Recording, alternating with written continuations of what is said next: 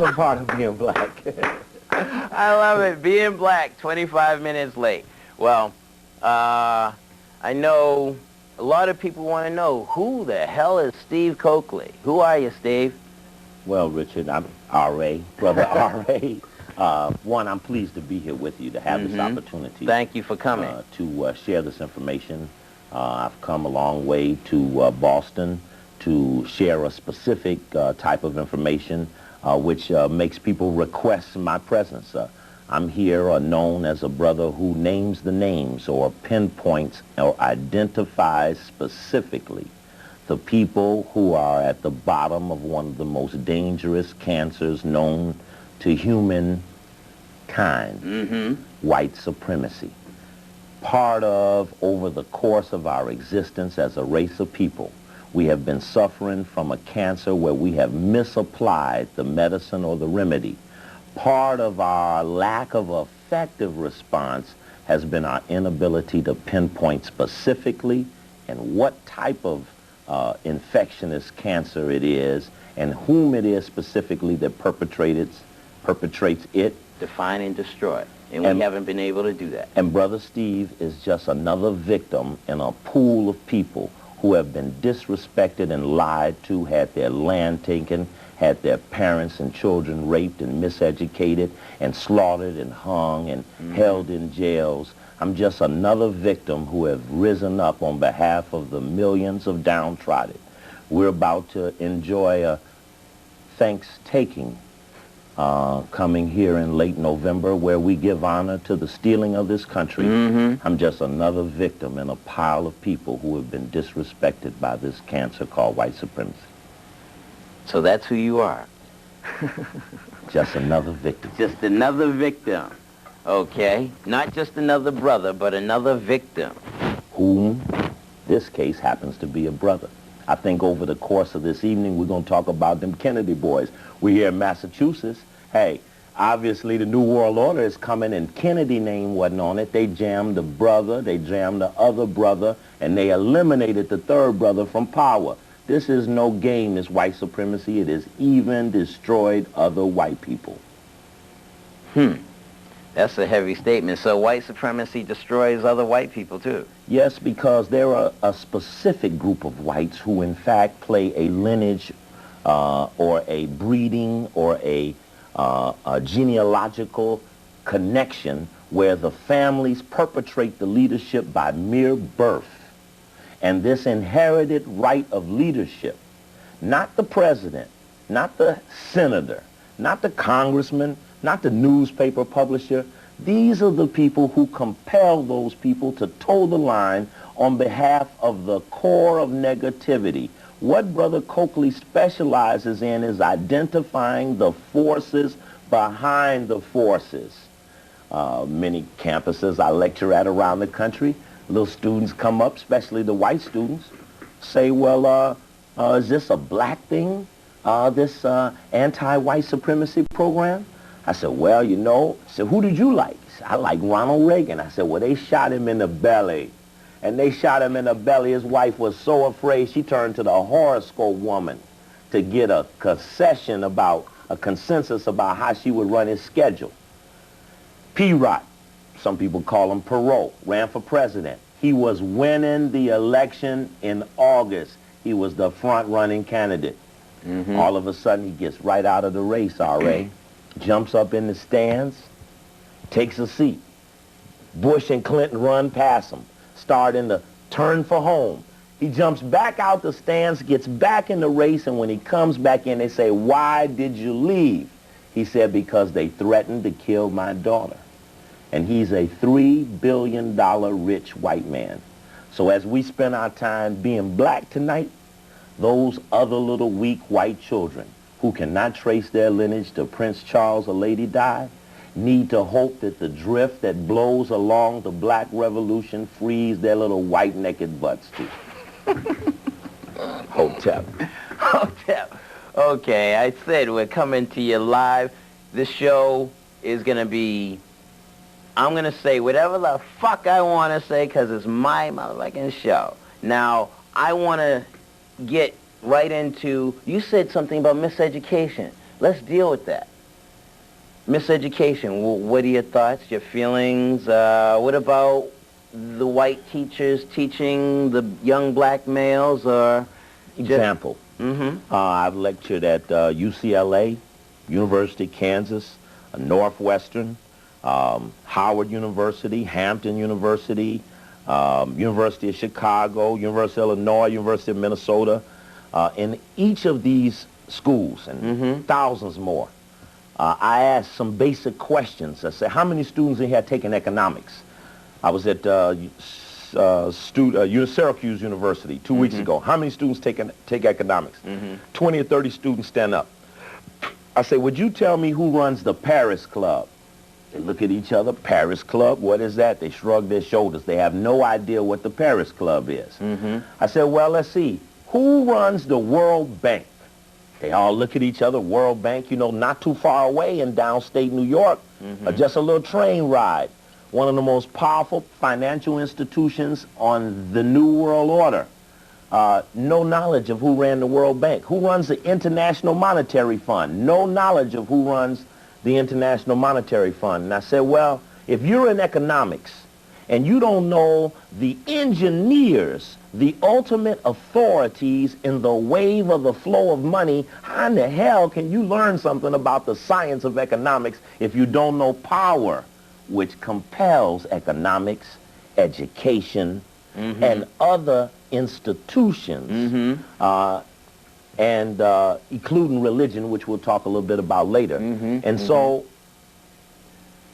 what I come to understand is that education has been really about control. If I was to walk around to these colleges here in Boston, and we drove past some to come here, and to walk in there and to ask those students who ran these power institutions, I bet you $1,000 cash, $9.99 out of 100 will not know, because I can guarantee their uniform miseducation. They have been organizedly deprived, and the most dangerous thing is, Richard, R.A., when they leave school, they think they know something, and they go to somebody who they think wasn't educated and tell them how much smarter they are, but in the realms of real power, they have been organizedly misled. But I could prove to you that the professors of economics, or the people who endow the chairs, or the presidents who control those who run the divisions that give the tenure, I could prove to you that they beg and search and pursue in an ambitious, individualistic nature the right and privilege to go to these higher up exclusive places, to be a part of the leadership of the New World Order, but then know to walk out of those meetings and never utter a word of who those players really are. And that's why the students have no idea who really runs economics. When I then go down and I say, who runs the Federal Reserve Bank? A few of them jump up and holler, Alan Greenspan. Or like you have a Boston Federal Reserve. How many people know the 12 board members of the Federal Reserve in this region? What is their relationship? What bank boards do they sit on? What insurance company boards do they sit on? What major industrial corporations do they sit on? And if you go to the Federal Reserve Bank, you'll know what the little dummy mayor does. Because from there comes a sub-level of instruction, where the people who work those Federal Reserve Banks carry out the responsibility of the private owners of the financial banking system. And in the New World Order, they busted the local banking white guy, the little savings and loan guy. They busted his butt, collapsed the industry, paid him off with $400 billion, telling the people they got no money for education, no money for health care. $400 billion to bust the banks, to go global with the banks. Because in the New World Order, education, starting in 1975, had to be decreased to lower the aspirations of the people. R.A., I went to college for free. I went to college for free because I came in the generation after the riots of the 60s, when the institutions of Harvard were taken over by students with guns. They took over the administration buildings at Harvard, and when they did, they found at Harvard there were secret meetings of the Council on Foreign Relations being held on the campus of Harvard. You can find this in a good book written by two ex-CIA officers called Victor Marchetti and Marx, They wrote a book called The CIA and the Cult of Intelligence, and in there are the transcripts of a meeting where Richard Bissell spoke to the professors and the authorities at Harvard, an exclusive off-the-record meeting of the Council on Foreign Relations explaining the entire covert action program of the CIA. And in that dialogue, he explained how leadership exchange programs and educational exchange programs on the surface looking like educational and cultural exchange were actually CIA eyes and ears operations where they were really feeling out personalities and assessing potential future leadership. That is a fact. And one of the things that they hate about my dialogue is that is so well documented with good white sources. Because when Brother Steve comes, they say, oh, a lot of yak, but then he quotes that good white source, and they go, yeah, impeccable sources there, yes. That was my next question. Where do you get your information from? I think that's a valid question. You said you're everyday people, right? You just another regular victim, guy. Just a regular guy. So I'm a regular guy. Where can I go to become as conscious as you are? Here's a good start. This is out now. Every regular guy should have one of these. This is the, somebody ought to pick it up. I want to see it on the camera. If I have to hold it up, I'm going to hold it up until I can get it. You got to give me some focus. Because we want these people to be understood. This is the Forbes 400. Every regular guy could buy this for $5 at the newsstand. It profiles the 400 richest people in America. Everybody should want to know who these people are. That's why the people are abused so readily, is that they cannot equate wealth with domination. Do you understand, Richard, that 0.1% of the population, excuse me, R.A., that 0.1% of the population controls 72% of the wealth? That means that 99.9% of the people got to split 28% of the wealth, which is that's where crime comes in, when the 99% of the people got to fight over 28 pieces of food. Can 99 people eat 28 pieces of food while 0.1 person eats 72 pieces of food? That's what's wrong in America. 0.1% of the population controls 72% of the wealth in America. Just in America? That's just in America. Wealth in other countries like Europe, dominated by the Rothschild family, Australia and Africa, dominated by the Oppenheimer family, could show examples similar to those where there are few families that control huge volumes of wealth, and through their wealth they perpetrate their ideas. For example, say in America we had the Rockefeller family. I just left State University of New York at Stony Brook. I say, what about the Rockefellers? Don't nobody know nothing about them, right? He had exploited the state for 500 years. He has foundations. He has Exxon, Mobil Oil, Amoco, Standard Oil. I mean, that's Amoco is Standard Oil of Indiana now. Atlanta Richfield. He has the Rockefeller Foundation, the Ford Foundation. He then has Chase Manhattan, interlock with Citicorp, interlock with Morgan. And we just keep spilling down this interlocking relationship. But when you look in the book, Rockefeller pretends like he has only $1 billion. Then you see P-Rot has $3 billion. You would think that P-Rot with $3 billion has more influence than Rockefeller at $1 billion, but the very, very rich downplay their wealth so that Rockefeller will only want to look like $1 billion. Then there's a little footnote that says all oil wealth, in other words, untapped oil fields, untapped gold mines are not counted in wealth. Therefore, a potential oil owner could be 10 times as rich, not counting unprocessed oil. And then they know how much oil is there when they buy the plot of land. So we're talking about the ability to underestimate wealth to hide who's in power. Let's play a little game tonight. Okay. Let's pretend like we Dorothy, Toto, the Scarecrow, the Tin Man, and the She-Wolf, or whoever the hell that was, going on Yellow Brick Road. Right. And let's pretend like we going to find the wizard, because somebody been fucking up ours. And we need to get to the bottom of this. Now let's head on through the OEO boys and the Wicked Witch of the West and these other things that we'll follow on the road. Okay, I just want to ask, okay, so you get your information from General sources. I mean, you could go to the library. I mean, there's no profound, no secret documents, everything. Everything is publicly available.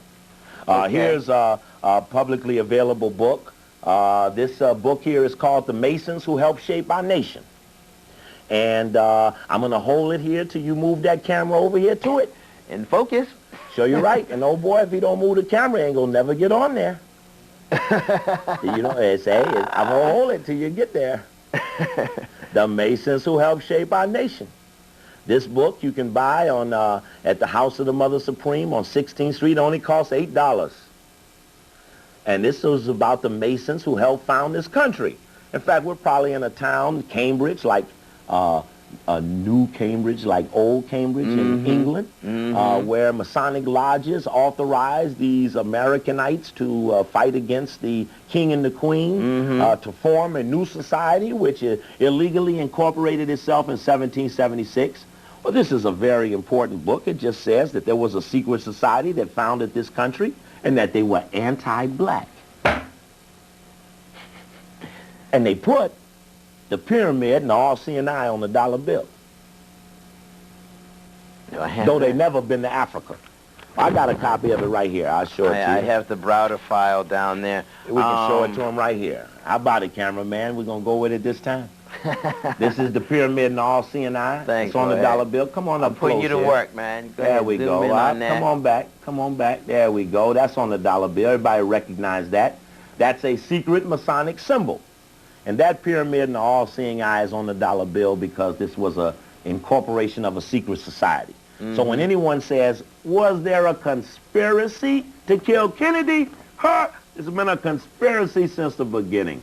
I mean, now I only saw one of William Cooper's tapes. I take it you've read Behold the Pale Horse. I have read all forms of literature about who is in power from the right wing to the left wing to, like what you have here, the annual report of the Council on Foreign Relations itself. This is the cornerstone of the secret society in America, housed right in New York on 58 East 68th Street. There's a chapter of it right here in Boston with its sister group, the Foreign Policy Association. You know, I made some calls, and I couldn't get any information on the Boston chapter. Oh, we'll find them before we leave town. In fact, we need to remind the people that I'm here to give a lecture at Roxbury College this Saturday, and we'll talk more about that during the program. That's Roxbury Community College, 1234 Columbus Avenue. That's this Saturday, November 6th at 7 o'clock. Steve Coakley will be live, uncensored, naming the names of those who fund and promote white supremacy in America. So, you mentioned the dollar bill. You mentioned economics. I wanted to ask, what values should we hold? I mean, you mentioned miseducation of the Negro. We have this chain around our head. We have this lock. Okay, okay, here we go. There we go. I want to see this here. You see that? We have the chain locked on our heads. We have the miseducation. And we've been trained and taught to value the dollar. Should we? Should we not? Since you said 0.1% have 72% of the wealth, and 28% are fighting over, no, what is it? 99% are fighting over 28%. Over 28%. Right. Should we continue to value the dollar, or? I think that money is just no more a symbolic rate of exchange. I think what we really want is access to goods and services through some commodity which is now governed by dollars and coins, certificates of the, et cetera, et cetera. Money is no more than a symbolic rate of exchange. You and I could barter goods and services without using money. I think what we want to stop within our community is the perpetration of illegitimate, disrespectful activity for the love or use or gathering of money. Is it good for a person to inform on another person to feed their family? And in some cases, under the gun, misinform on a person, which in fact would jeopardize their life, safety, or ability to provide or protect their family. What we want within our society, do we want people to take money in a pulpit to allege to fight a devil, but timidly every day after Sunday be afraid of the beast that roams the planet disguised as a politician, a businessman, an insurance agent, a banker, etc.? When would we not want the value of money to disagree with our overall goal of trying to remove the impediment of white supremacy? And we, as a group of people, I try to suggest to people that part of why blacks have such high cancer rates, high blood pressure, high kidney failure, high prostate cancer, is because they take shit from white people. The eating of shit from white people will make anybody sick. And have to show up at 8 o'clock to work, eat lunch when they say eat lunch, stay late when they ain't finished with you yet, come in on your off day, stay home on Columbus Day, though you don't believe in it, with pay.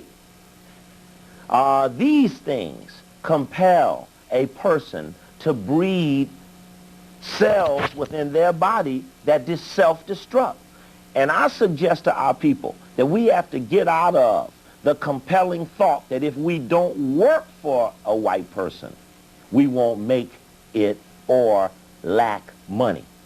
And I suggest, as I've gone all over the country and found out didn't nobody know anything about the World Bank, I tell these college students that if you just leave college right now, I was at Syracuse, they pay $23,000 a year tuition. By the time a student leaves, he $92,000 in debt, right?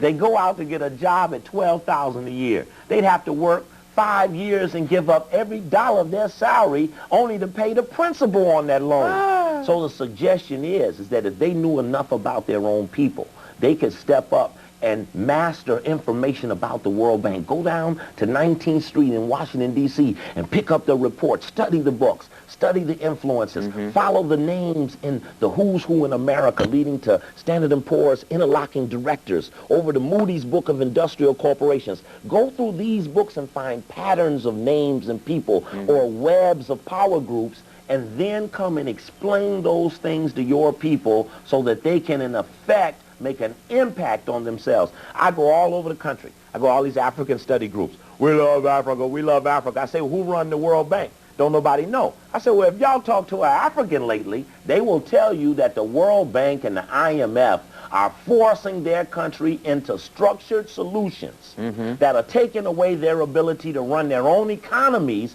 by compelling high wages, low wages on high prices, and floating their currencies in a way that they strangle their own people.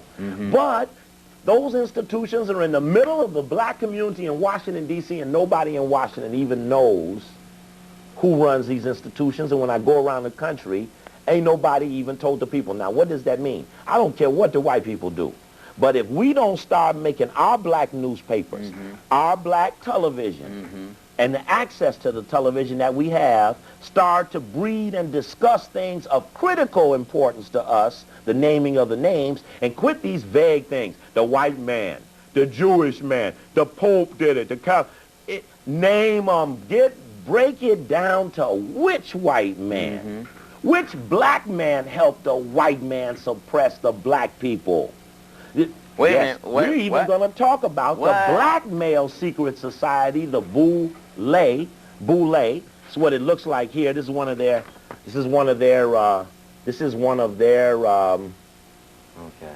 issues. I'm going to hold it up, camera woman, till you get to it. There we go. This is the Boule. We'll talk a little bit about them. They're a black male secret society.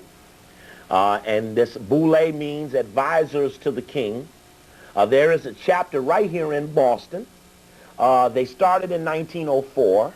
They're patterned on Skull and Bones at Yale, which is right down the bay in New Haven, Connecticut, whose clubhouse is called a tomb, whose initiation is in a coffin. These guys were set up like Skull and Bones at Yale. There are 3,000 black men in a secret society in America that cooperate with other secret societies that in fact make up the leadership / power elite who serve for the owner elite. Rockefeller, Oppenheimer, Rothschild, owner elite. The guard Carnegie, dogs. Cabot Lodge, operator elite. Bush, Reagan, Carter, Clinton, 1 millionaires, shorty cools. So basically, with you naming names like that, you're doing a bullseye, a circle, and the boule, would you say, is the outer circle? Yes, we know that there was a Harvard professor, and those that are watching here in Cambridge will remember a very prominent Harvard professor named Carroll Quigley, very honorable white man, one of the few white men I have great respect for, because he honestly told the truth in a 1,300-page book he wrote called Tragedy and Hope. And in his book called Tragedy and Hope, he identified a secret society, RA, which was a circle within a circle. And his second book is this, called The Anglo-American Establishment. Now, one of his students, one of his most famous students, and I'm going to hold it here till you get it. There you go, by Carroll Quigley, was a professor here at Harvard, was a professor at Princeton, was a professor at Georgetown. Impeccable white source, yes. Carroll Quigley. He wrote this book about the collaboration between the British and the American leadership to form a world power secret society that was a circle within a circle, a circle within a circle, a circle within a circle. And that outer circle is called Association of Helpers, Trilateral Commission, Council on Foreign Relations, Federal Reserve Bank, the executive branch, judicial branch, legislative branch, Harvard, Yale, Princeton, Stanford, U of C, U of Texas, you name it. Outer circle, inner circle, Rothschild, Rockefeller, Rhodes, Oppenheimer. These are the names of the families that make up the inner circle. Well, Carroll Quigley, and I need to read this for the record because I don't want this to be missed. Carroll Quigley identified that Cecil Rhodes, who was a white colonialist, he went to Africa as a part of his Masonic initiation in Britain. He pledged to colonize Africa for Britain. He then took a ship to South Africa, as zany as we know it, and started the process of stealing the gold and the diamond mines. With the assistance of Lord Rothschild of Britain, they formed an amalgamation that led to the Anglo-American Corporation, which is the dominant corporate industrial group in South Africa today. Now, this financial conglomerate, De Beers Diamond Mines, Consolidated Gold Fields, its Engelhard Minerals and Chemicals Corporation, etc., this conglomeration of financial interests had a secret society.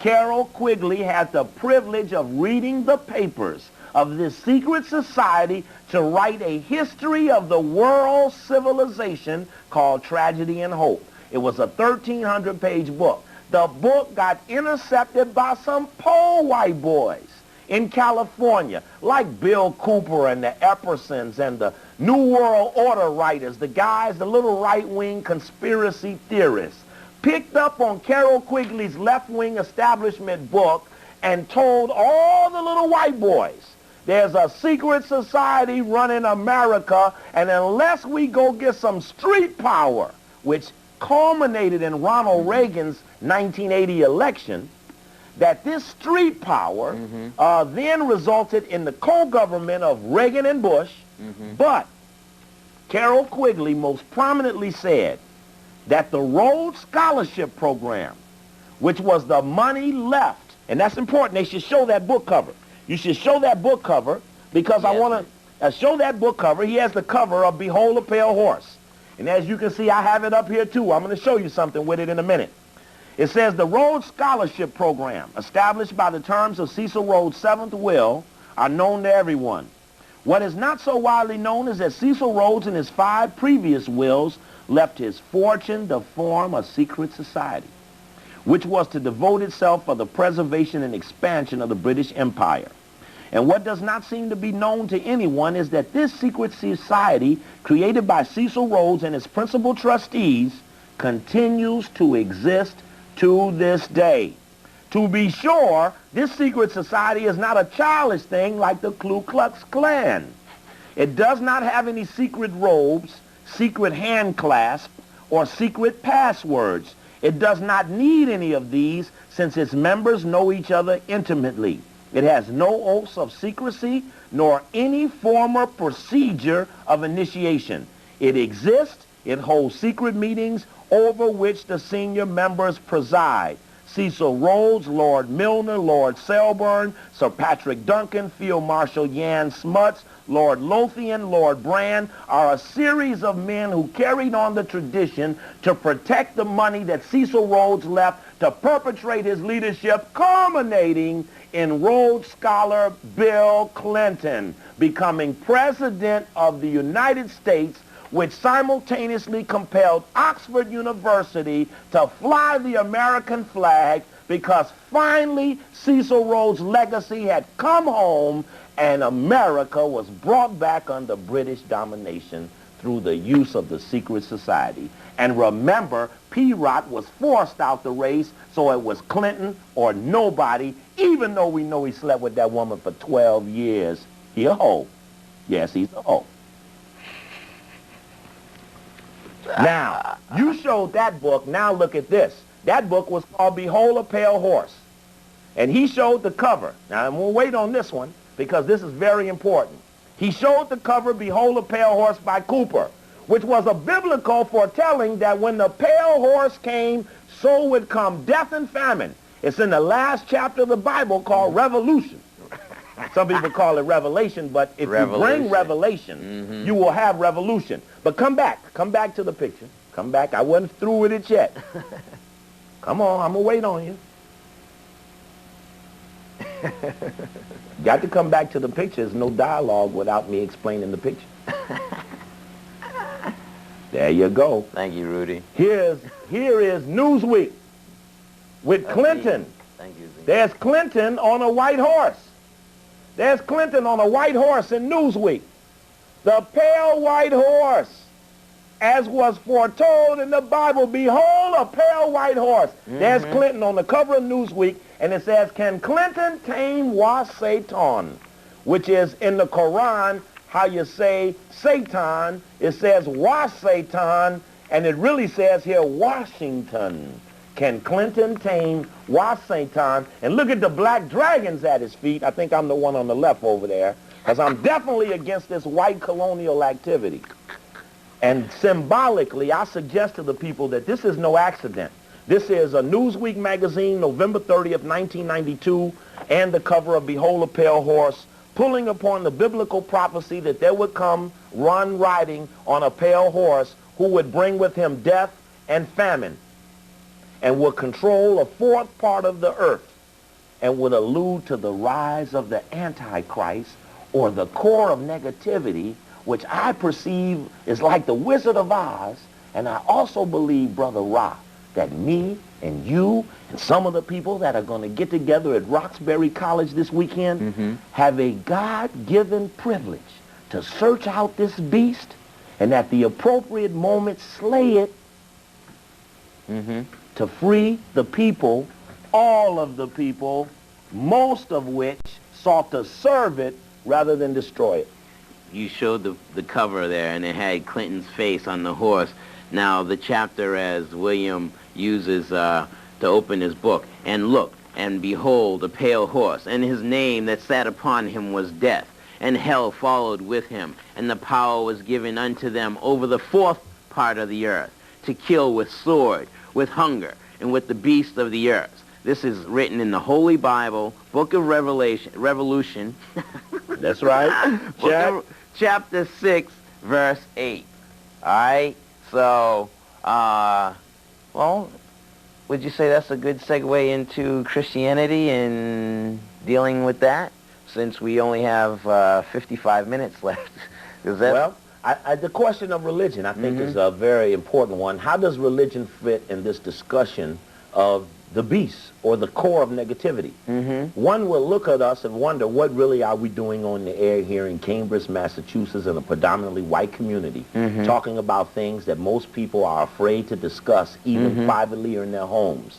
Parents deny their children. Children are misled and misunderstood, or watch parents do things they know they don't really want to do for money. And here you and I are on this show, free and honorable enough to stand up and declare that we're going to stand up against evil. But there are other people who pledge on a religious level that they are the fighters of evil. The only problem is that I perceive that the Rockefellers, the DuPonts, the Astors, the Stallings, the Cabot Lodges never worry about being attacked by a mere preacher or a church alliance, because in most cases, like with the National Council of Churches, it is a Rockefeller creation. And any religion that went to this government and filed papers for the right to be not-for-profit don't know anything about God, because God's soldiers need no declaration with no mere government official to prove they are operating on behalf of the righteous forces. And we will know who. Someone says, brother, are you a Muslim? Are you a Christian? Are you a Buddhist? What are you? I'm a person of principle and values who seeks to see the right thing happen for the most amount of people in as fair and as compassionate a way, but with no tolerance for illegitimacy, negativity, or the abuse of another person for one's own personal advantages. Therefore, I am with no religion that went to Caesar to get the right to be not-for-profit, not to pay taxes, and not to be a part of other things, easements that the government gives them, never to fuck with the government. No, I ain't with none of that. My way of saying that is to recapture what our ancestors once held true and high. I take my initials, Richard Arthur, and I go by R.A., to symbolize I'm a piece of God, because I know that our ancestors called God Amun-Ra. So I'm not God, but I'm a piece of God, and I want to uphold truth and justice. And hopefully at the end of the show we're going to hear Sister Soldier sing the only spiritual that I know is a spiritual for me, because it tunes in not on the religion, but on the relationship, and that's what it's about. Let me touch your hand, because I want my piece to get with your piece and those other pieces that we're going to see this weekend, because it's only going to take a few good pieces to pull off what needs to be done. Everybody's not going to be in on it. Truth. And so all we got to know is, all the righteous people have to know, is that a few virgins can whip thousands of whores, because they have the ability to call upon an extraordinary ability to part the waters, change the seasons, produce the hurricane, or bring on the fire. Whatever is necessary and beyond the control of mere white man will be the forces that will protect us in the journey of the righteous to defeat the core of negativity that seeks to unite all the nations of the world under one leadership. What's NAFTA about? Getting Mexico and United States and Canada to have a unified free trade agreement. What's this European centralization, this 1992 European coming together of the social, political, and economic unity of the Europeans? And what is this Asian trade group with Malaysia, Taiwan, Singapore, Hong Kong, China, all spinning around, among others, Japan?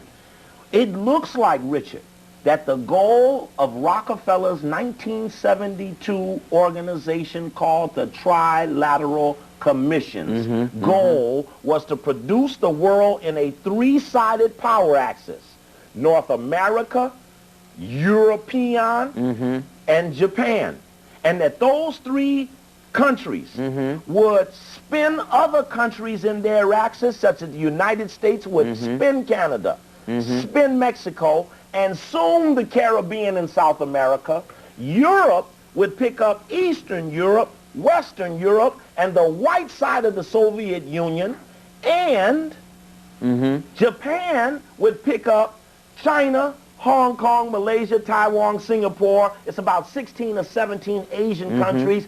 And the Asian side of the Soviet Union, Azerbaijan and others. And there would form the Asian cluster. So that the world would be evolved in what was called the three cluster theory. Now, for those who happen to just skip on the channel, who want to know if we know what we're saying, I ask you, the learned or attentive public that reads Foreign Policy Magazine or Foreign Affairs, things which we read secretly and master for our people so that they understand what small public things are being said by rich people. In 1990, you all know that Richard Ullman wrote a story called The Post-Cold War World.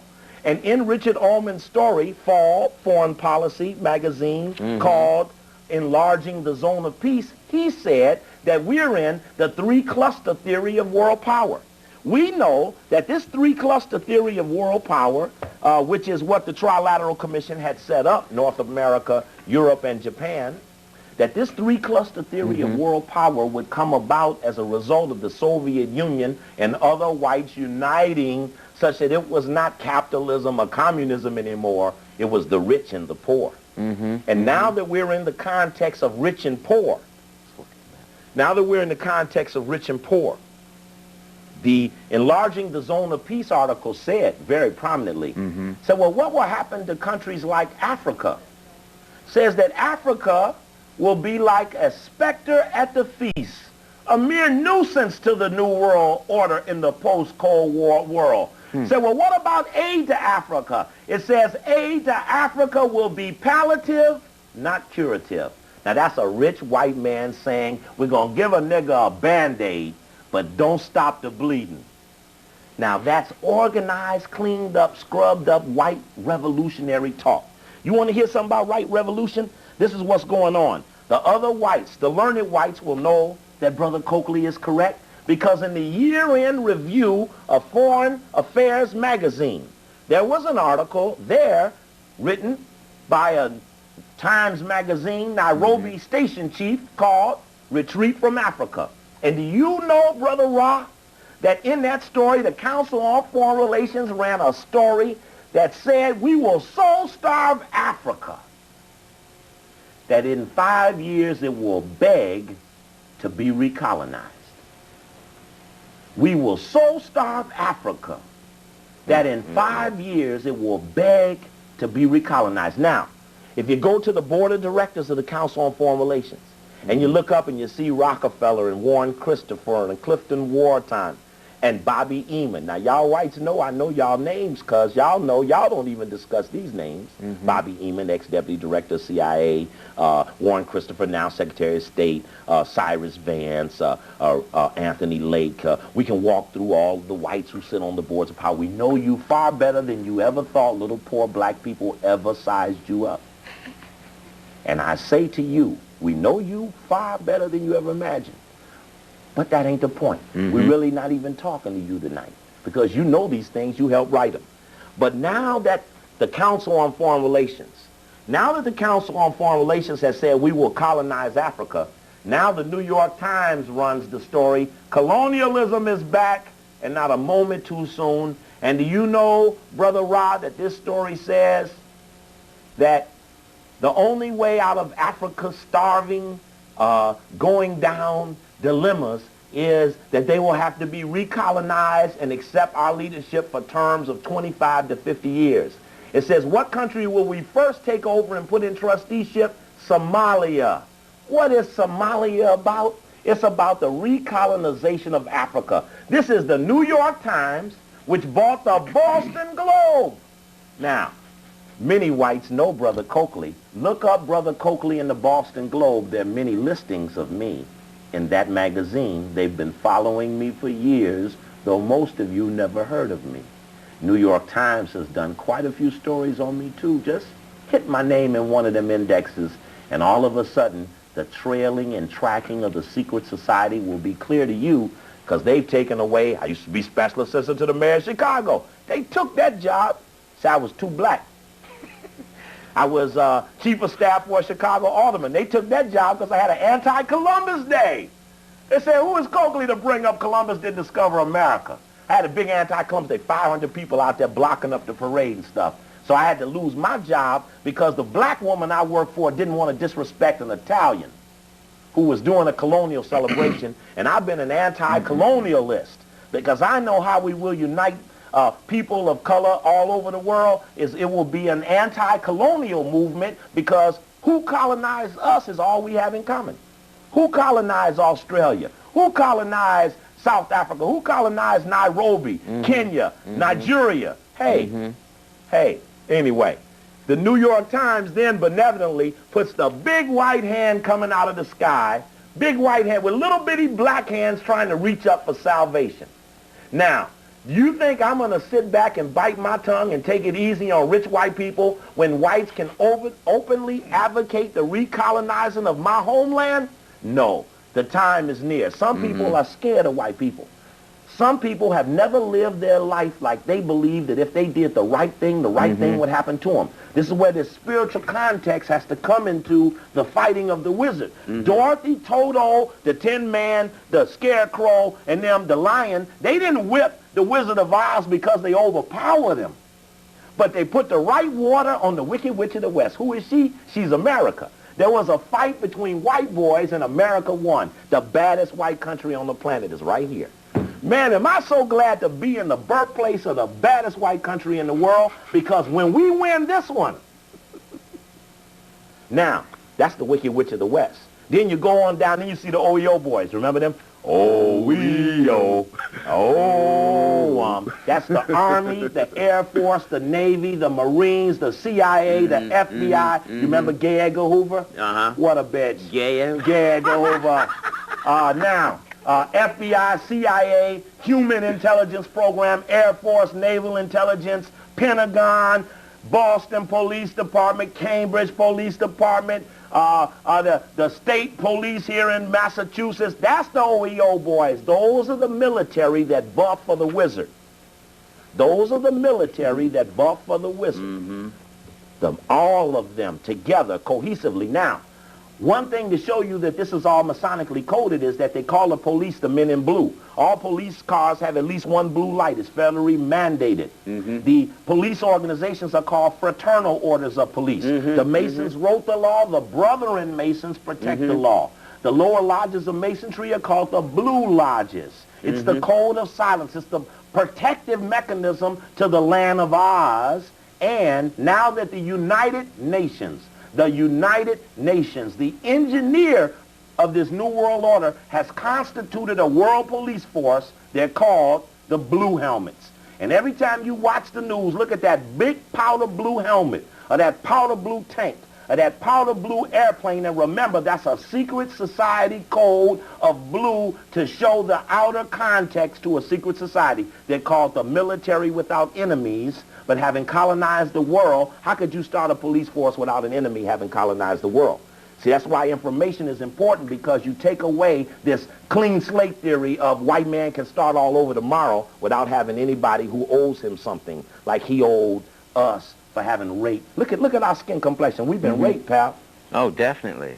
Definitely. I wish I was blacker than black. You know what I'm saying? For somebody busting in on my mama, my grandmama, and compelled them to sex and compelled them eating pork and hog. I'm all, man, I ain't gonna never forget them. And reparations, you couldn't pay me to get out of this. Now, there's some people you need to deal with. There's some civil rights officers. You can go get with Jesse Jackson. You can get with the NAACP. This ain't no voters registration drive. Okie doke. We ain't gonna vote this thing out we suffering from. When you suffering from cancer, buddy, you can take 2 Tylenol. You can take some Tylenol with codeine every 4-6 hours. You got to get it again. The only way we're going to stop this cancer, buddy, is to kill it. Because if you don't stop it, it will kill you. That's the way cancer works. Exactly. See, I found cancer in your breast. She's like, boy, I got to cut it off. Let's put a bookmark there, Steve. And when we come back, I want to begin with the maps. I want to show the disparities on the maps again, as I have on quite a few shows. But I want to get your insight on what you see between the maps. And but right now, we're going to turn to the BBB. So I'd like for you to run. Go get your pen, because I have some important information coming up on the Being Black Bulletin. And give Steve a little rest in the voice and suck down some water or whatnot. Oh, I'm just one. How many hours we on? 3 more hours? We got 40 minutes hey, left. Listen. So go ahead. On every night for a week, there'd be revolution in 10 days. I would do it, too, because I have the energy and I don't give up. But you got to go back to work tomorrow, so I'm just kidding. I'm a professional temp, man. Sure, you're right. Now, you're I a regular do what I brother. want to do. You're a regular brother. Hey, exactly. Do what I want to do. But Sure, you got right. your pen now? All right, here we go. Begin the BBB.